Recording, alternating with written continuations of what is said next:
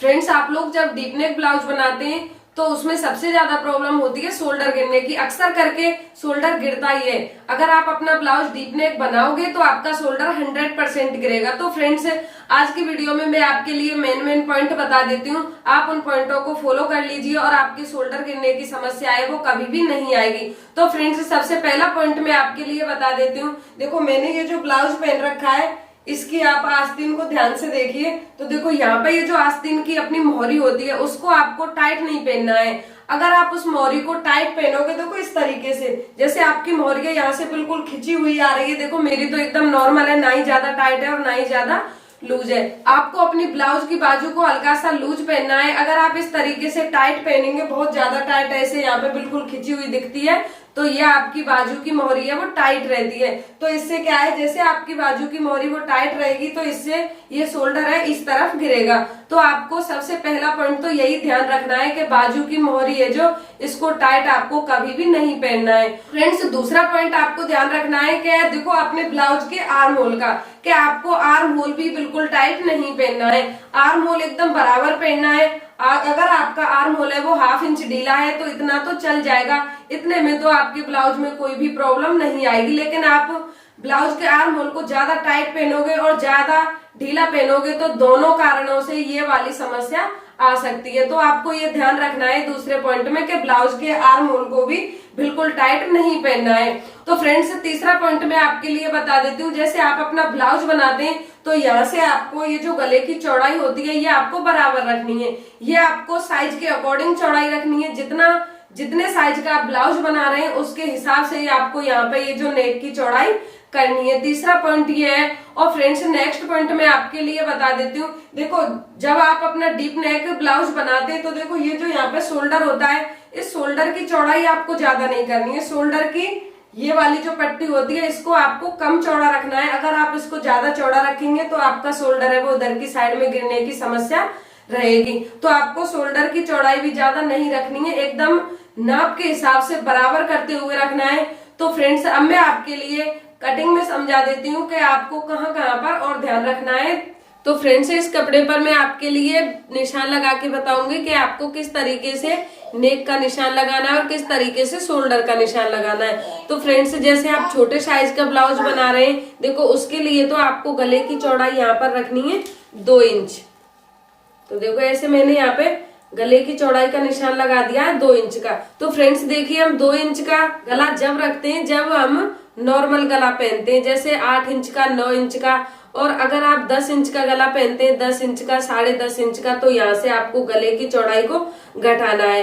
अगर आप गले की चौड़ाई नहीं घटाएंगे तो आपको शोल्डर गिरने की समस्या आ सकती है। तो देखो आपको यहाँ पे कितना घटाना है, आप 1.25 इंच रखेंगे गले की चौड़ाई। आप गले की चौड़ाई रखेंगे यहाँ पे 1.25 इंच। आपको समझ में आ रहा होगा। देखो फिर आपको मैं यहाँ पे निशान लगा के बता देती हूँ कि शोल्डर का। तो देखो शोल्डर इस तरीके से नाप करते हैं, ये सभी को पता ही होगा। जैसे फुल शोल्डर का नाप है यहाँ पे 5.5 इंच। तो देखो आपका यहाँ पे शोल्डर आएगा 3.25 इंच। और आप डीप नेक गला बना रहे हैं तो उसके लिए देखो आपको यहाँ पे शोल्डर को कम करना है।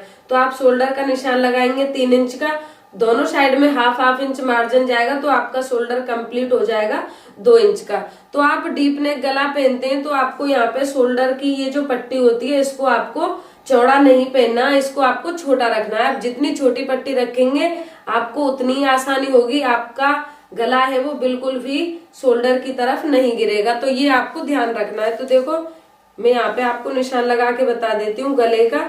तो जैसे आप गला बना रहे हैं यहाँ पे 10 इंच का, तो 10 इंच का आपको इस तरीके से निशान लगाना है। और नीचे की साइड से आपको गले के फैलाव को इस तरीके से फैलाना है। और इस तरीके से फैला के देखो ये निशान आप ऐसे लगाएंगे और यहाँ पे आपको गले को इस तरीके से शेप देना है।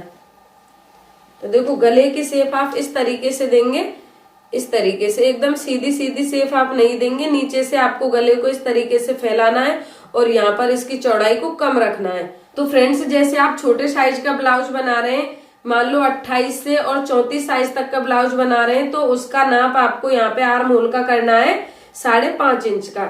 मैंने ये साइज बताए, इन साइज में आप बिना नापे ही ये वाला निशान आप लगा सकते हैं 5.5 इंच पर और आपका ब्लाउज एकदम परफेक्ट बनकर कंप्लीट हो जाएगा। और आप 34 से बड़े साइज का ब्लाउज बना रहे हैं तो आपको यहाँ पे निशान लगाना है आर्म होल का 6 इंच का। तो देखो ये 6 इंच का निशान आप कोई भी साइज के ब्लाउज में लगा सकते हैं।